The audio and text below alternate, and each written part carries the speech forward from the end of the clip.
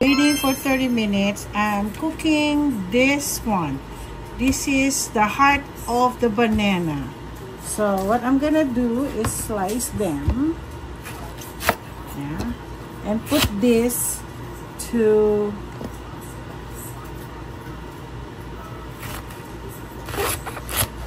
ay. Yeah. Okay. Ay, nako. Naging ganito. So, I'm slicing them and then I put this to boil.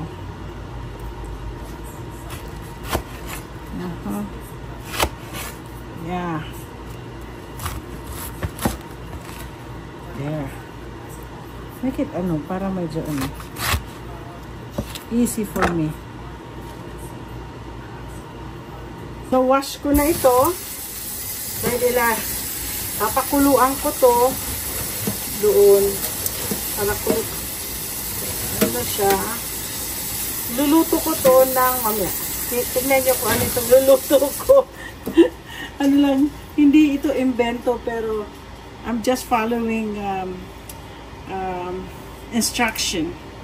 Guys, there's another dish that I'm cooking. My shrimp is already cooked. Ayan, nakikita nyo. Cook na yung shrimp. And then I'm cooking something here right now. I'll show you. I put some garlic. Garlic. Tapos, sibuyas. Dinamihan ko na yung chop-chop ng garlic, para madaling grabe. Amoy. Bango. Bango talaga kahit kailan ng garlic, no? Ayan. Damihan ko na yan. Ayan. Tapos, yung ginger.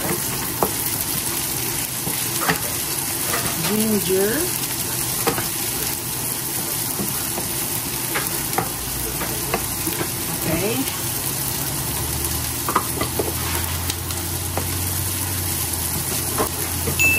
Lagay na lang kayo natin sa isang bawang. Dami ko na rin. Alam niyo po, ito, first time ko po ito iluluto. Si Luchi ang nagtuturo sa akin. Luchi, magpakita ka.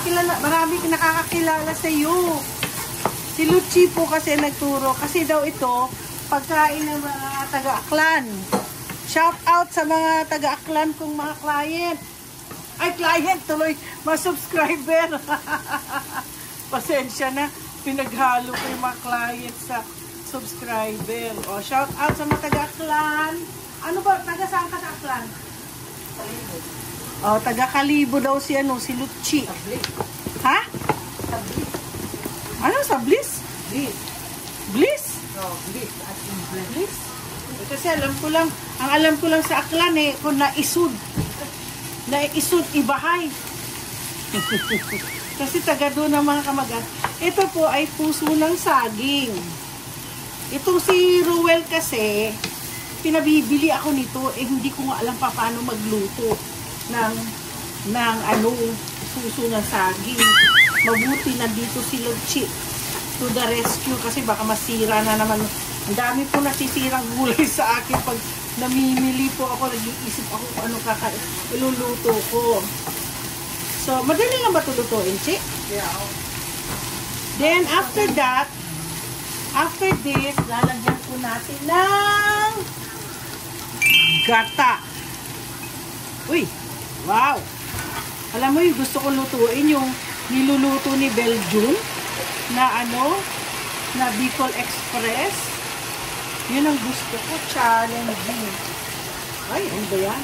Ito po kasi sa amin, wala naman kami masyadong gata na yung fresh na gata. Lahat po ay, oo nga, tama ka nga, Luchi. Dalawa pala dapat. Oo. Ayan. Ayan po. Ano tawag nyo dito?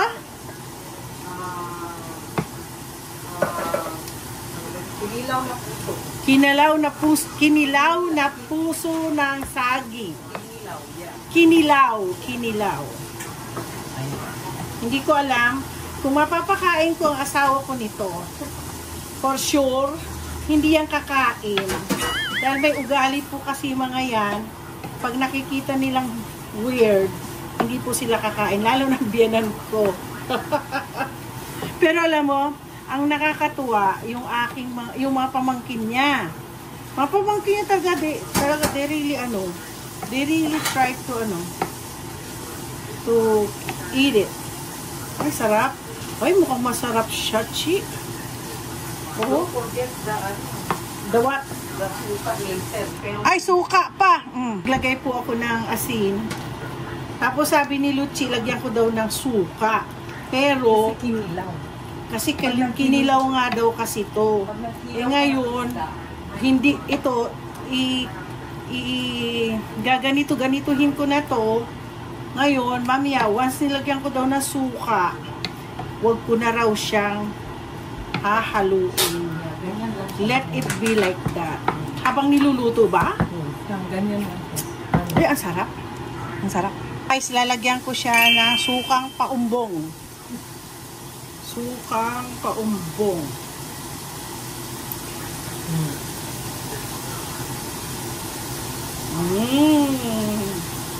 Kaya ako na po yan maluto. Yes. Yeah. Don't forget to like and subscribe.